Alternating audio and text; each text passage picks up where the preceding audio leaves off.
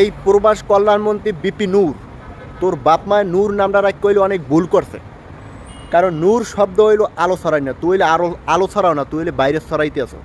তুই ক্ষমতা পাইয়া তুই নিচের পার মাটি যে আছে না আছে সেটাও তুই অনুভব করতেছ না, কারণ তুই একজন প্রবাস কল্যাণ মন্ত্রী, কত বড় একটা পোস্টে আসো। আল্লাহ তারা তোর দেশে পাও চারটিয়া মারটিয়া যেভাবে হোক তুই এই পোস্টে আইসো। তুই এখন আইয়া তোর নাম হইলো নূর, তুই সবার সাথে ভালো সম্পর্ক রাখবি তা না।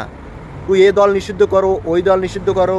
তুই প্রবাসীদের এক ফির বলছো যে প্রবাসী আলাদা কাম করে না, তারা হইলে কামে ফাঁকি দেয়, তারা হইলে মোবাইল চালায়। হ্যাঁ, তুই প্রবাসীদের নিয়ে এত বড় কথা, তুই প্রবাসীদের নিয়ে এত বড় কথা বলা তোর কোচটা কীভাবে হইলো যে প্রবাসীরা কাম করে না? হ্যাঁ, এই প্রবাসীরা যদি কাম না করে তাহলে এখন কি চেহারা দেখে টাহা দেয়? হ্যাঁ, ওই বাংলাদেশে তুই আর একটা ভালো পোস্টে আসো, ঠ্যাংয়ের উপরে ঠ্যাং হালাইয়া খাইতে আসো, আন্দাজ পায় না। তোরে যদি প্রবাসীরা পায় এই মেডেল স্টামে, আমি মনে করি তুই মনে হয় দিন যে যাইতে পারবি না, কারণ প্রবাসীরা তোর উপরে খেপা আছে। তোর ওই সুযোগ পায় না যে তুই মনের বলো এই প্রবাসের মাটিতে আসি না এই মিডল ইস্টার্নে আইলে কিন্তু প্রবাসীরা তোর ছাড়বে না।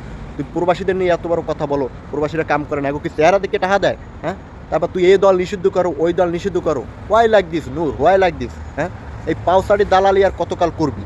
হ্যাঁ, মানুষের ক্ষমতা চিরস্থায়ী থাকে না। তাই তুই তো গণ অধিকার পরিষদের একজন সামান্য একজন প্রেসিডেন্ট, যাই হোক তোর ক্ষমতার কদিন থাকবে? এই পাউসারা দালালি মেলালি এগুলো ছাড়ান দিয়া ভালো।